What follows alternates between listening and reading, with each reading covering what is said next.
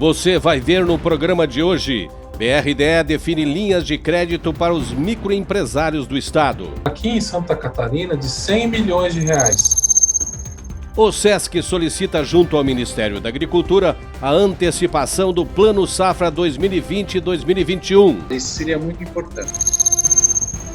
Produtores do Alto Vale estão finalizando a safra de cebola. Mercado anda aquecido. Qualidade muito boa. Enquanto isso, os demais já preparam a terra para a próxima safra. Preocupação é com os custos da lavoura. Custo alto.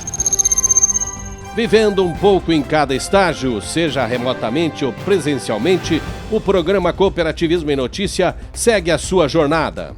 Cooperativismo em Notícia é um oferecimento de Sicoob. Venha conhecer o real valor do nosso tempo. O SESC, Sescope Santa Catarina. Cooperar é sonhar, produzir e crescer juntos. Sescope Nacional. Somos cooperativismo. Somos Coop. E Fertilizantes Fecoagro, o adubo do cooperativismo catarinense.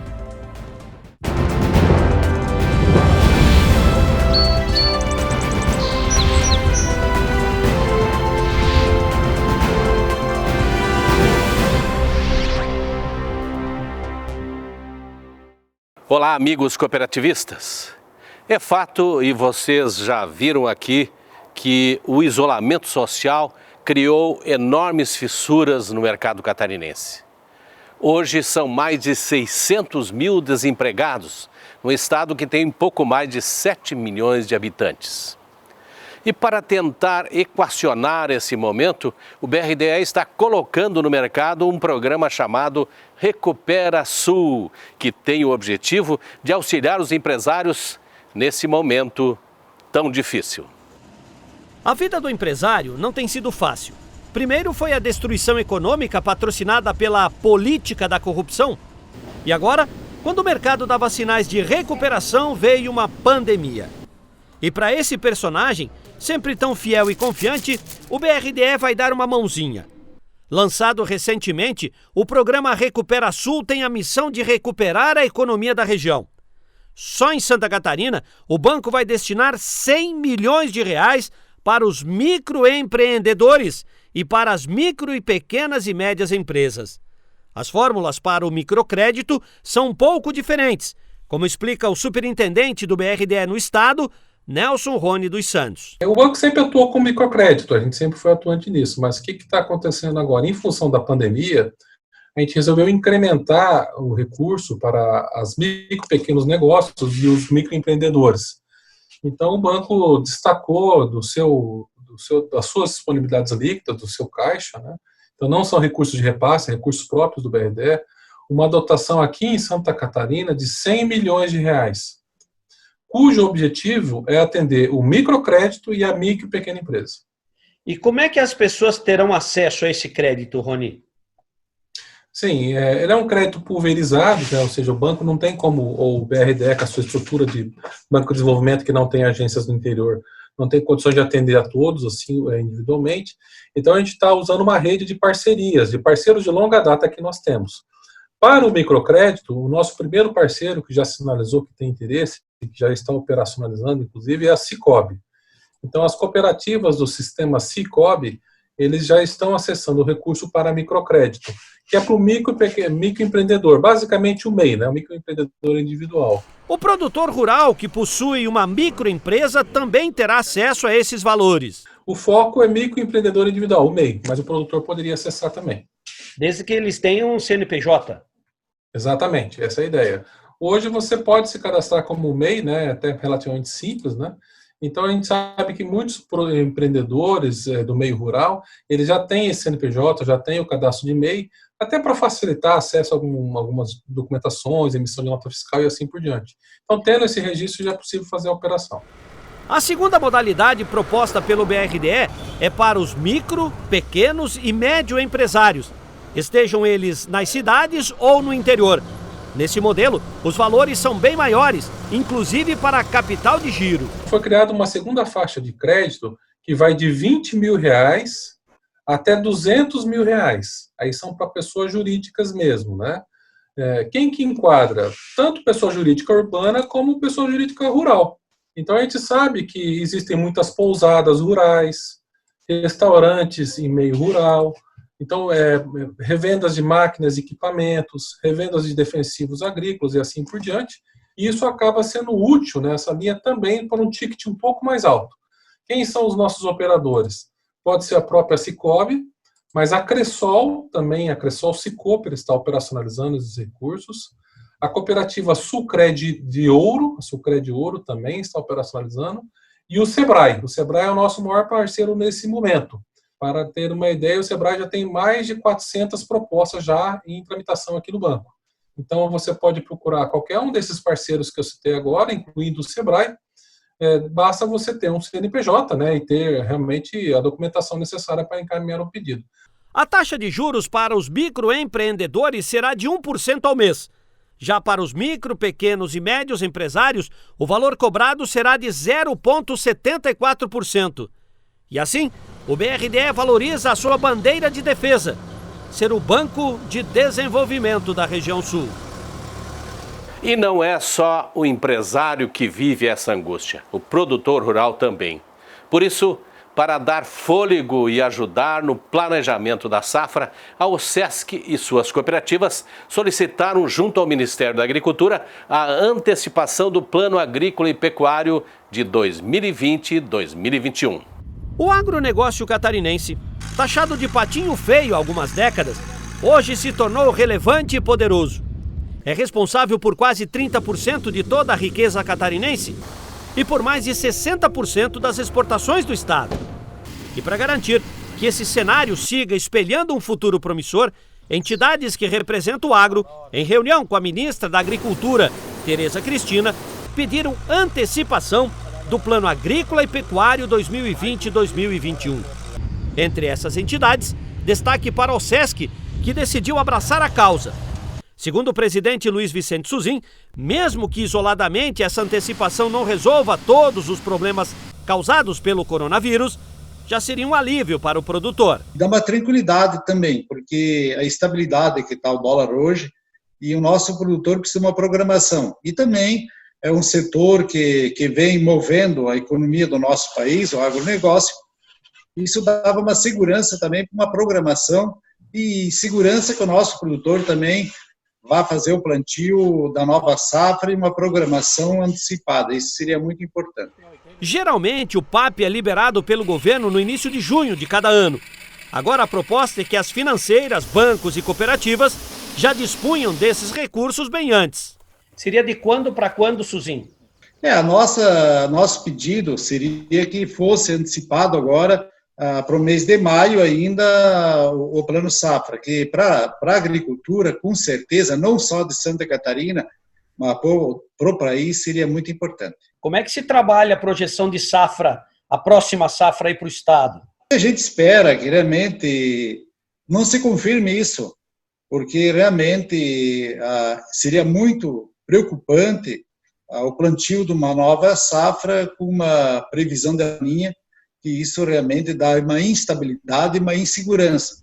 Para 2020 e 2021, as cooperativas catarinenses solicitaram 1 bilhão e 76 milhões de reais para investimento, 920 milhões para custeio e mais 710 milhões para capital de giro e comercialização. Resumindo, seriam mais de 2 bilhões e 700 milhões para garantir o sucesso agrícola do estado. O quadro Relembrando dessa semana vai mostrar como as granjas multiplicadoras têm ajudado a melhorar o desempenho genético dos plantéis de suínos. O nosso exemplo vem de Videira, mais precisamente da Cooperville. Para começo de conversa, que tal uma ducha? Aqui é assim, desinfecção total antes de entrar.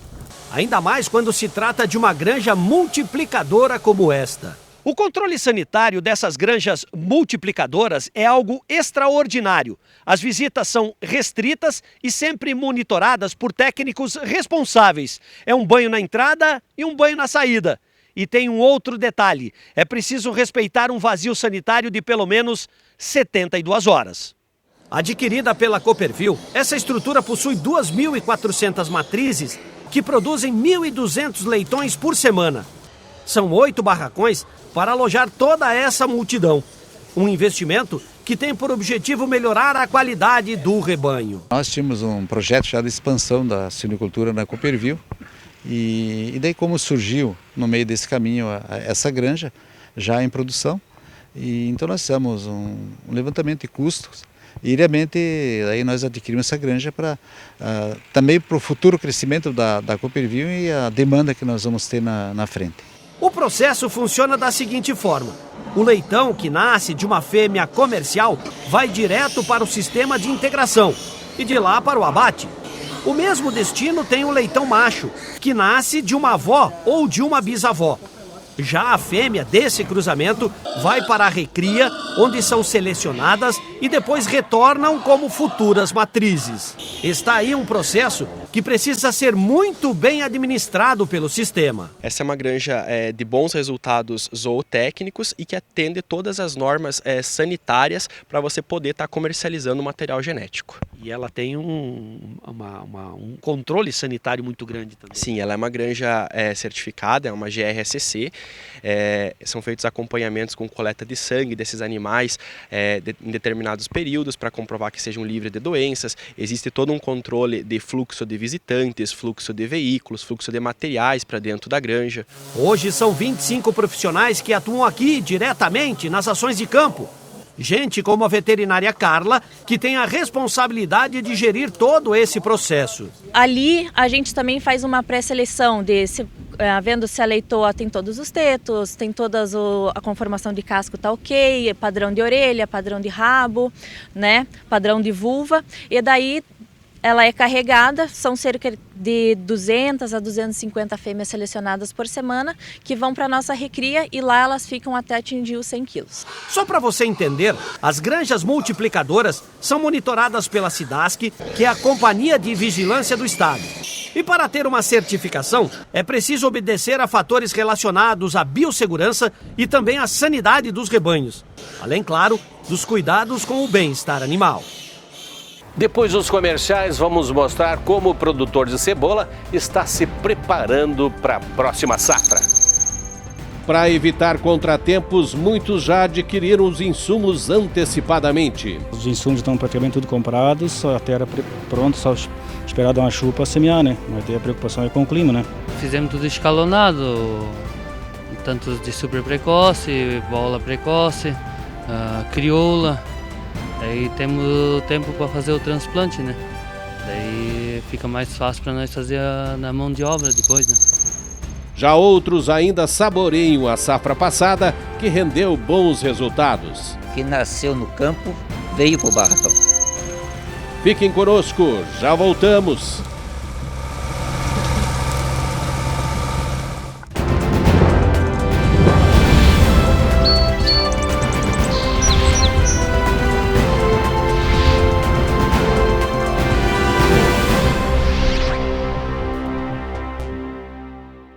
Cooperativismo em Notícia é um oferecimento de Cicobi, Osesc, Sescope Santa Catarina, Sescope Nacional e Fertilizantes Fecoagro. Temos mais de 1 milhão de sonhos, mais de 1 milhão de oportunidades.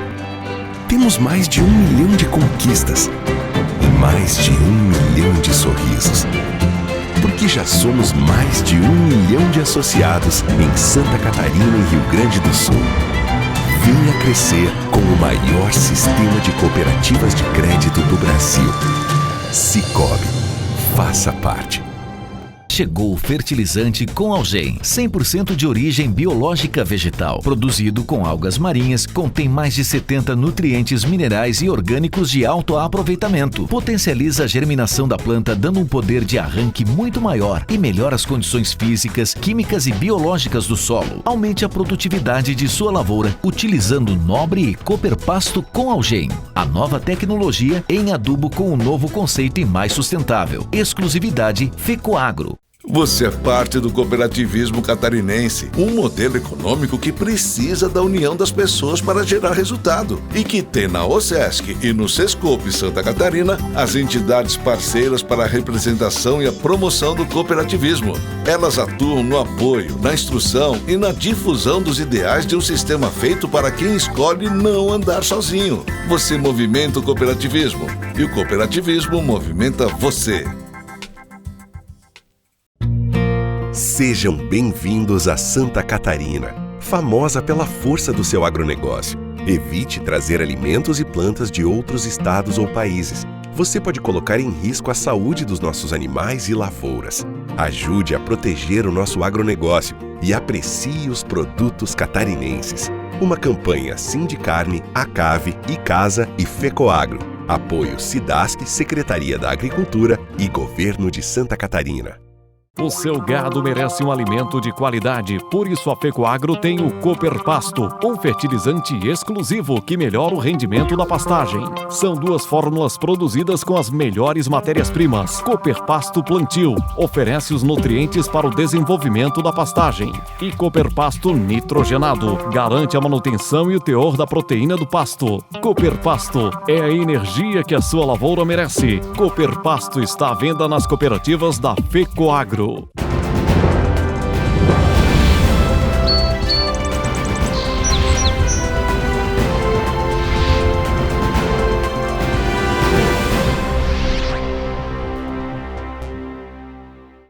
A cebola é um dos alimentos mais consumidos do mundo. Afinal, essa verdura cai bem em quase todas as receitas. Hoje, o Brasil é um dos maiores produtores com 1.500.000 hectares plantados. Só em Santa Catarina, o valor bruto de produção da cebola passa de 370 milhões de reais por ano. E a nossa equipe foi conferir como o produtor daqui se prepara para não ser surpreendido pelos efeitos do mercado.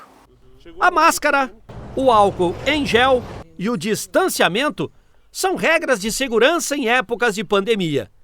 E essa nova rotina foi incorporada ao nosso dia a dia, inclusive no campo, porque a agricultura não parou.